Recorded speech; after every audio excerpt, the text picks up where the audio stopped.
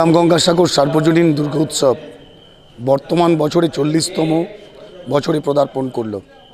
এবছর আমাদের মায়ের অষ্টাদশ রূপের আরাধনার সাথে আমরা জল ও জীবন সংরক্ষণে মানুষকে সচেতনতা করার জন্যে আমাদের চিন্তাভাবনা এবং থিম তৈরি করেছি। প্রাকৃতি নামক যে রাক্ষসটি পৃথিবীর দিকে ধেয়ে আসছে মানুষগুলোকে শেষ করে দেওয়ার লক্ষ্যে, সে বৃক্ষছেদনে দেবী মূর্তির আবির্ভাব ঘটিয়ে আমরা জনগণকে সতর্ক বার্তা দেওয়ার জন্যে আমরা ব্যবস্থা গ্রহণ।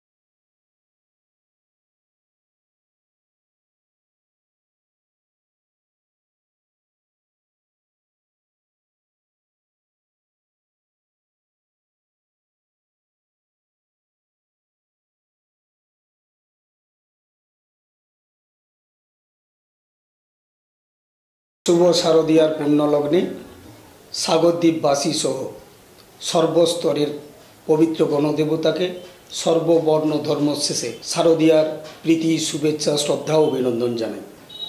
বাঙালির শ্রেষ্ঠ উৎসব শারদীয়ায় এই কদিন ব্যাপী সকলের সুখ ও সমৃদ্ধি, শান্তি জীবন পরম মায়ের কাছে আমি প্রার্থনা রাখি।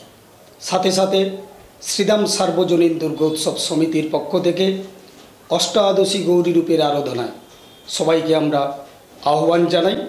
শ্রীরাম সার্বজনীন দুর্গোৎসব সমিতি শুধু যে অষ্টাদশে গৌরীর মায়ের আরাধনায় শুধু ব্রতী নয়, মানুষের কল্যাণের কথা ভেবে দুস্থ মেধাবী দুস্থ ছাত্রছাত্রীদের পুস্তক বিতরণ, খাতা পেন পেন্সিল বিতরণ, দুস্থ পরিজনের প্রতি, বন্ধুজনের প্রতি বস্ত্র বিতরণ, মানুষকে সচেতন করে সমাজ গড়ে তোলার জন্যে সেভ ড্রাইভ সেভ লাইফ, তার সঙ্গে এবারে সবথেকে গুরুত্বপূর্ণ বিষয় সেটা হচ্ছে সেভ ওয়াটার সেভ লাইফ।